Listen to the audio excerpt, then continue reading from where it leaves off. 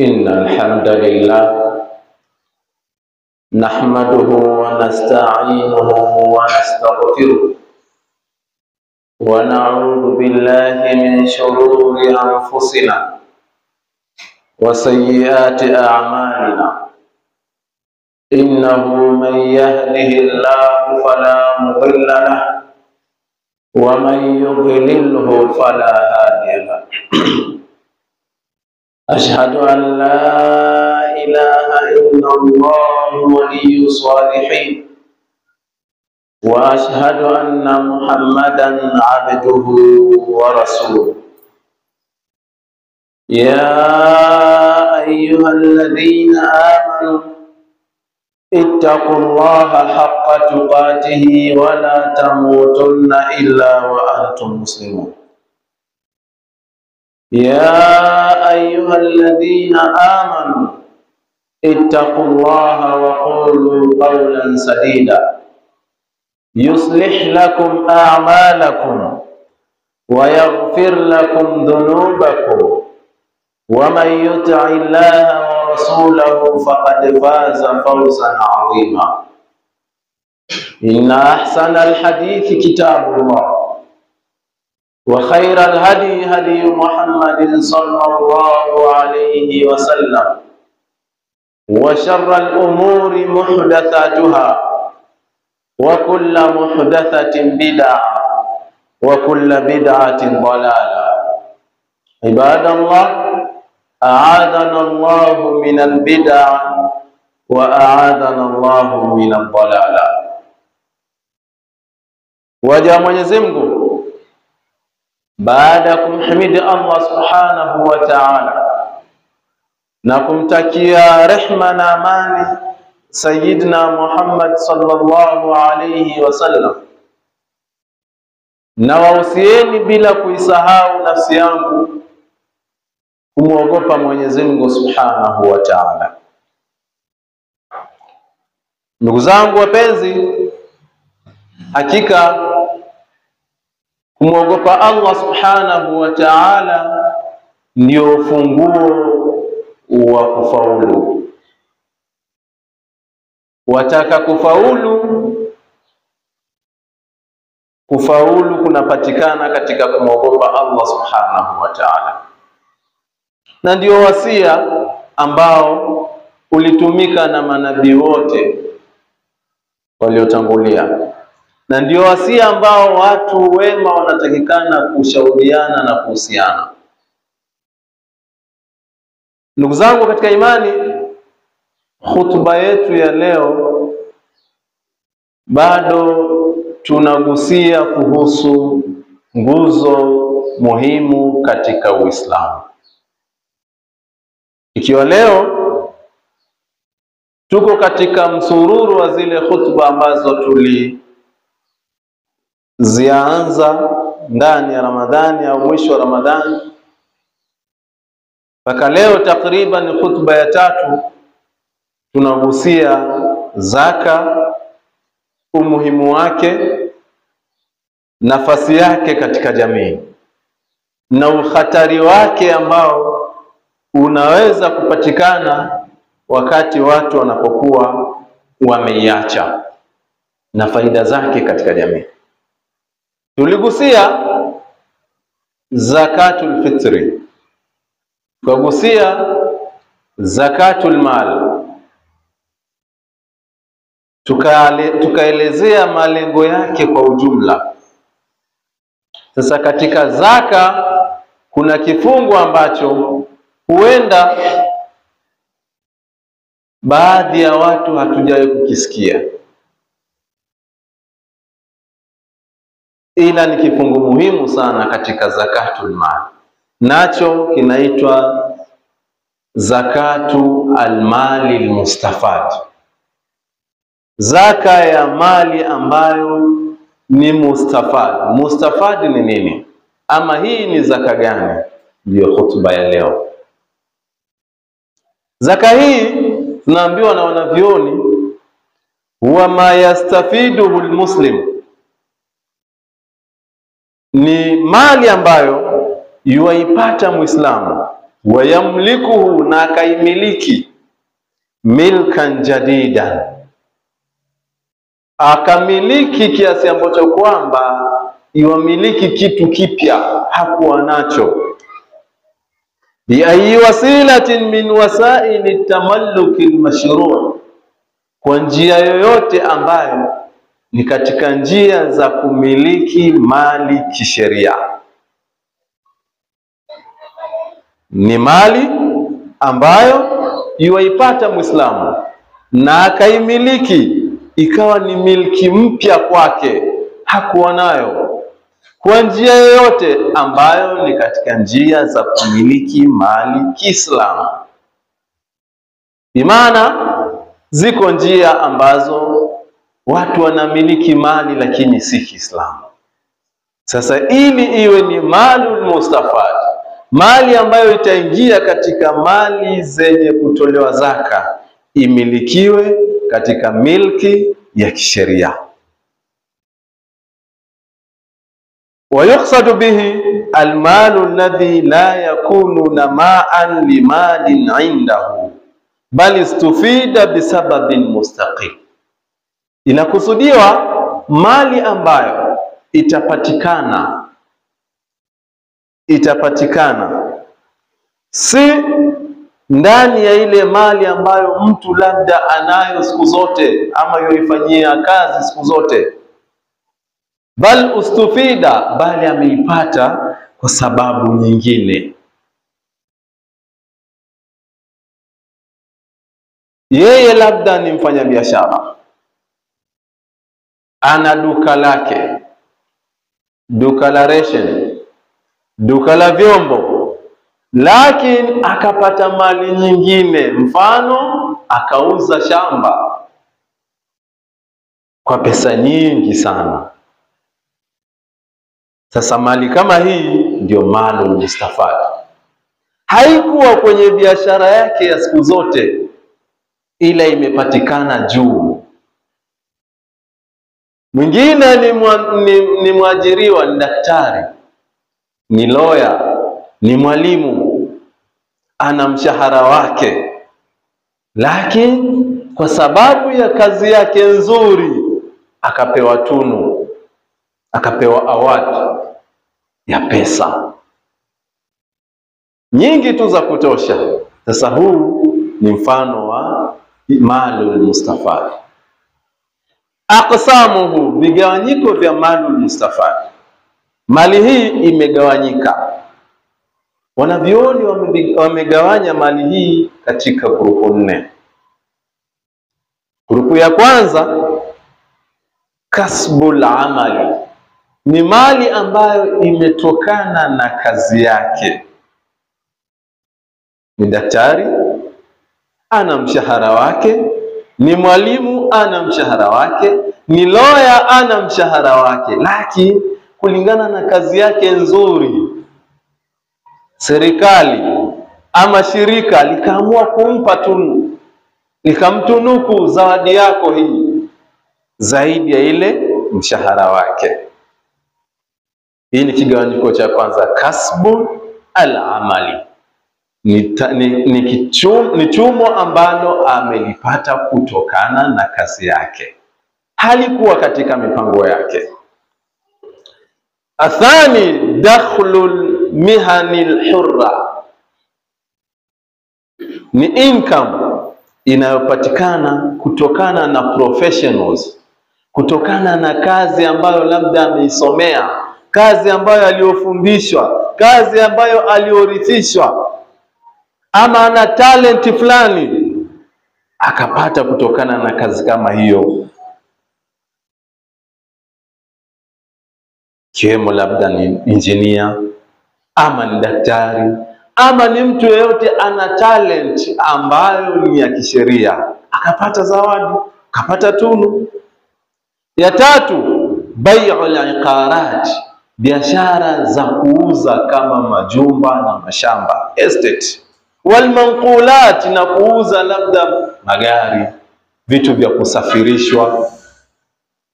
Sasa ni biashara ambayo ameipata labda kwa mwaka mara moja au mara mbili, lakini yeye ana shughuli zake zingine. Ya nne, alhibatu walhawaiz walmawarith, ni mtu kupata zawadi. Mtu aweza pata zawadi ya pesa nyingi tu, aweza pewa, aweza pata urithi, aweza pata urithi. Sasa ule urithi unaingia katika malul mustafad. Almustaghallat, almustaghallat ni mali ambayo inatokana na kama rental za nyumba au za magari au ndege au vyombo vya usafiri. Yani ni vitu ambavyo viko katika vinapatikana ziada ya ile shughuli yake ambayo anayo siku zote, na majumba walikadhalika. Idhan, hivi ndivyo vigawanyiko muhimu vya mali ambayo tunataka kuizungumzia leo. Vigawanyiko vinne. Je, kigawanyiko hiki ni sheria? Kigawanyiko hiki ndani ya Qur'an, ndani ya Sunna, vitabu vinasemaje? Ni sheria ama si sheria? Wanavyoona tuambia almalul mustafad, zakatul malil mustafad mashrua. Zaka ya mali kama hii ni sheria. Sheria yake inapatikana hivi. Number 1, maslak fi maslaki tatabbu'i umumati nusus alquran wa alkarim wa sunna. Ukiangalia kwa makini hoja na dalili zilizoko ndani ya Qur'an na Sunna, utapata hii mali iko na ni sheria. Mfano, Mwenyezi Mungu Subhanahu wa Ta'ala yasema, wa aqimu salata wa atu zakata wa aqridu Allaha qardan hasana wa ma tuqaddimu li anfusikum min khairin tajiduhu inda Allah huwa khairan wa a'zama ajra. Mwenyezi Mungu asema, simamisheni swala na mtoe zaka na mumkopeshe Mwenyezi Mungu mkopo mzuri.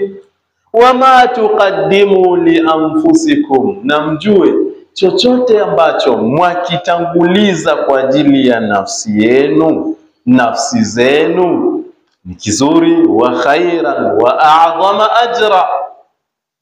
Sasa hapa Mwenyezi Mungu ametuamrisha tuswali, tutoe zaka na tumkopeshe Mwenyezi Mungu, na tujue tunachokitanguliza katika kutoa, katika khair, ni kwa ajili ya nafsi zetu. Sasa hii ni aya, iangalie kwa makini ndani vile ambavyo tunavitoa kwa ajili ya Allah Subhanahu wa Ta'ala. Ni vitu gani? Ni mali. Je, hii mali ikiwa mimi nitaipata, sikuwa na plan, nina shamba la familia limeuzwa pesa nyingi, nitoe nisitoe? Lazima nitoe. Hii ni dalili ya kwanza. Dalili ya pili, maslakul qiyas. Ukiangalia malengo ya zaka kama tulivyosema wiki iliyopita, kwa kuna malengo kadhaa. Ndani ya malengo Mwenyezi Mungu Subhanahu wa Ta'ala yuwataka watu waishi vizuri, kuwe kuna uadilifu, kuwe kuna usalama. Sasa ikiwa mtu atabahatika kupata pesa kwa njia nyingine ambazo ni za kihalali, pesa nzuri, pesa nyingi, asizitoe zaka, ule usalama ataupata? Kama ni shamba, halikuwa ni shamba ambalo halijulikaniwi na watu, ni shamba linalojulikaniwa na watu. Sasa baada ya kuwa lile shamba umeuza, mbona watu ambao wana haki zao wasipate? Ina maana wakikosa watakujengea chuki, wakikosa watakuzungumza, hautekeleze haki. Wa maslakul qiyas. Sasa hii ni dalili za kuonesha kuwa hii malul mustafad ni jambo liko katika sheria. ni haki. Mali kama hii yatolewa vipi? Mali kama hii yatolewa, yuamalu almalu almustafad muamalatan naqdaini. Mali kama hii ambayo mtu ameipata kwa sababu kama tulivyosema, inatolewa kiwango kinachotolewa zile pesa au dhahabu na fedha. Tulizungumza last week, tukasema mfano tukadirie kuwa gramu 85 inawezekana zikawa zina thamani labda ya $1,000,000 kulingana na bei iliyoko sokoni ya dhahabu. Tuseme $1,000,000. $1,000,000 inatolewa 2.5, 2.5%. 2.5 katika $1,000,000 utapata ni kama 25,000. Kwa hivyo mtu akipata malul mustafad atafanya hesabu kama hii. Hii ndio formula. Hii ndio formula. Ni maana ikiwa atapata mali ambayo italingana na zile thamani ya dhahabu na fedha, atatoa 2.5. Min shuruti mali almustafad, katika sharti za mali kama hii, qala Ibn Qudama fil Mughni. Huyu mwanachuoni atuambia, fa in istafada malan, ikiwa atapata mali kama hii, mimma yu'tabaru lahu alhawl, katika mali ambazo zinazingatiwa huwa zina masharti ya kuzungukiwa mwaka. Amepata pesa, pesa ina masharti ya kuzungukiwa mwaka. Wala mala lahu siwahu, hana mali nyingine isipokuwa hiyo aliyoipata. Wakana nisaba, ikawa ni mali ya kutoshea kiwango. In aqada alayhi hawlu zakati min hinaidin, wakati atakapoipata ile mali inabidi ile sharti ya mwaka ianze kupatikana kwake. Fa idha tamma hawlu wajabati zaka, takapotimia kuwa mwaka umepita, itabidi zaka itolewe katika ile mali. Na wengine katika wanavyuoni wakasema mtu aweza kuitoa ile mali kwa haraka. Inawezekana aidha uikusanye na ile mali uliyokuwa nayo, uzisabie muda wa mwaka utoe, au ile mali peke yake uliyoipata ambayo ni malul mustafad uitolee zaka kwa haraka. Kwa hizo ni kauli mbili ambazo wanavyuoni wamekubaliana, kwa wanaona ni vitu ambavyo vinawezekana. Ndugu zangu wapenzi, mali ambayo tunayozungumza ni moja katika nguzo za Uislamu, ni moja katika mambo ambayo yanafanya Uislamu uonekane. Mwanachuoni mmoja ambaye ametunga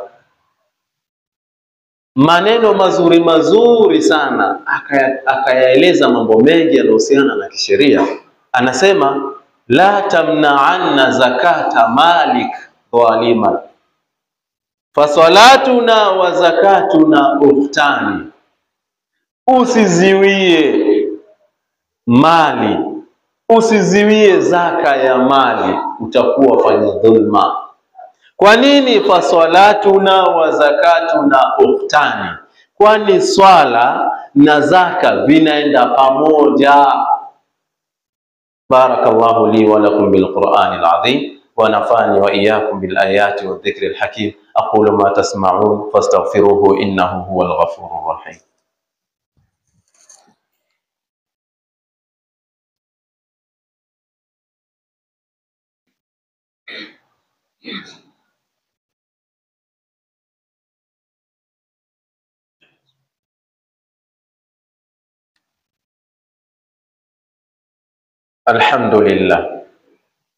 الحمد لله رب العالمين، والعاقبة للمتقين ولا عدوان إلا على الظالمين.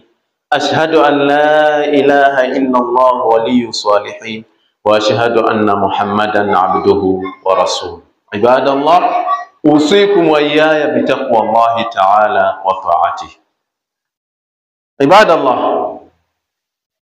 baada ya kumhimidi Allah subhanahu wa ta'ala na kumsalia Mtume Muhammad sallallahu alayhi wasallam, na wausieni pamoja na nafsi yangu kumwogopa Mwenyezi Mungu subhanahu wa ta'ala. Ni zipi faida za kutaja, za kutoa mali kama hii katika jamii? Faida ni zipi za kutoa mali ambayo yatokana na tunu, zawadi, urathi, faida ulioipata au talent ulioitumia ukapata pesa, ukapata tunu? Faida ni ipi? Mahiya alfawaid, faida ni zipi? Faida ambazo zinapatikana katika utoaji wa mali kama hii, kwanza iko ndani ya zile faida tulitaja za kutoa zaka kwa ujumla.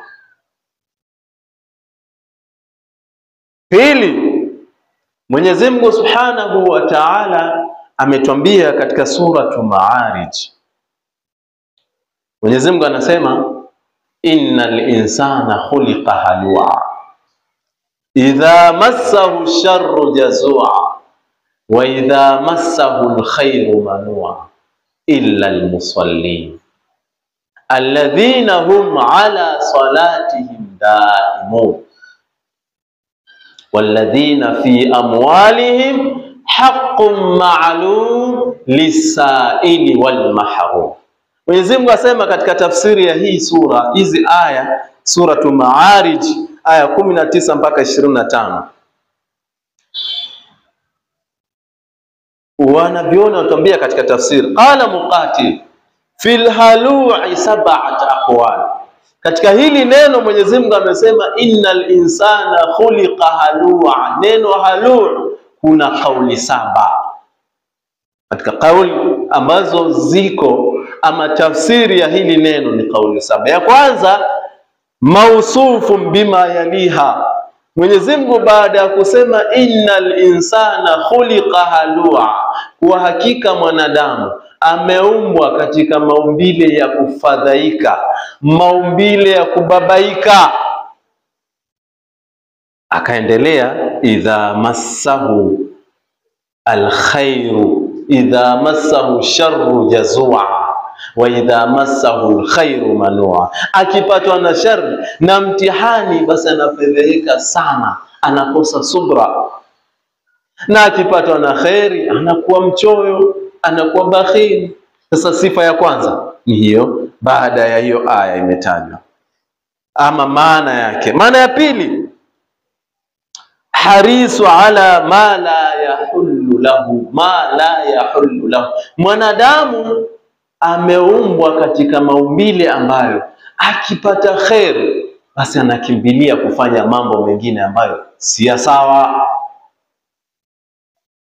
Ya tatu, alhalu albakhil, mchoyo. Ya nne, ashahihu, ashahihu ni bakhili mkubwa zaidi hata wa nafsi yake. Yani kuna bakhilu na kuna shahihu. Shahihu ni mchoyo mpaka wa nafsi yake, anacho lakini hata nafsi yake haiangalii. Bakhilu ni mchoyo lakini nafsi yake kidogo yaiangalia. Sasa hizi zote ni maana ambazo ziko katika hili neno. Asharuhu ni mtu ambaye ana tamaa, yani mlafi, hatosheki. Adhajur ni mtu ambaye akipatwa na mtihani, akipatwa na shida, basi ni mtu wa kulia tu, watu hata hawana nafasi ya kupumua kwa sababu amepatikana na mtihani. Shadidul jazai, amekuwa ni mtu ambaye anafedheheka sana, yualalamika sana, yuababaika sana. Sasa hizi ni tabia za mwanadamu. Mwenyezi Mungu yasema baada ya kutaja hizi sifa, illa almusallin, isipokuwa wenye kuswali,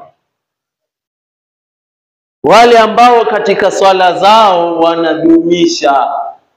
Kisha wengine wale ambao katika mali zao, walladhina fi amwalihim haqqun ma'lum, wale ambao katika mali zao kuna haki za watu wengine, lisaili wal mahrum, kuna haki za watu ambao ni maskini, imefika umaskini wao inabidi waseme hali yangu ni ngumu, nisaidie.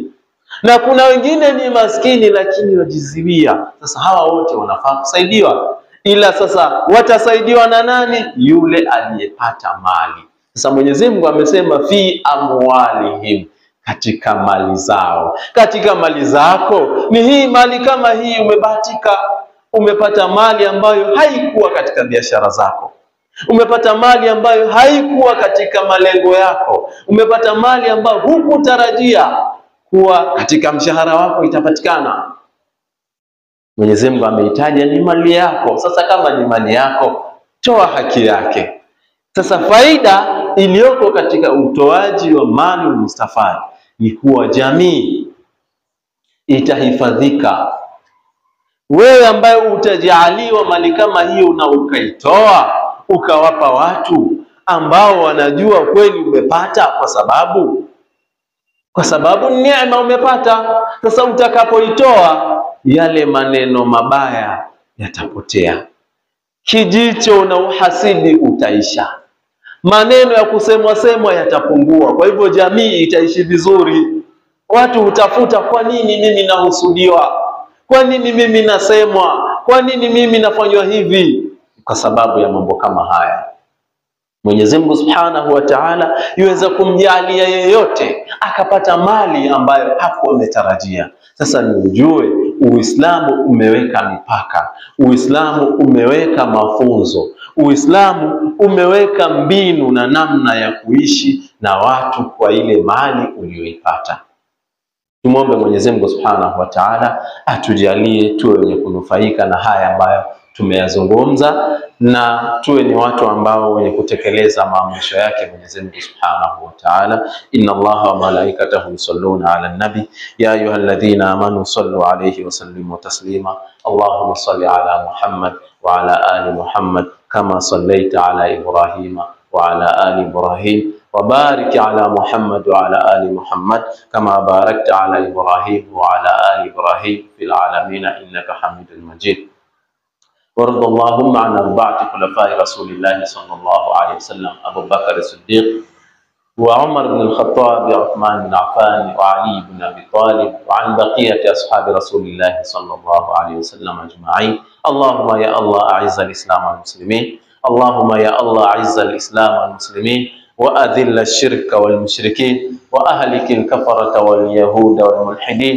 اللهم سهل لنا مما نريد ونجنا مما نخاف بفضلك يا لطيف. رب ألطف بنا فيما جرت به المقادير وهون علينا كل عسير إنك على ما تشاء قدير يا نعم المولى ويا نعم النصير. ربنا آتنا في الدنيا حسنة وفي الآخرة حسنة وقنا عذاب النار. ربنا اغفر لنا ولإخواننا الذين سبقونا بالإيمان ولا تجعل في قلوبنا غلا للذين آمنوا ربنا إنك رؤوف رحيم. وصلى الله على محمد وعلى آله وصحبه وسلم وأقم الصلاة.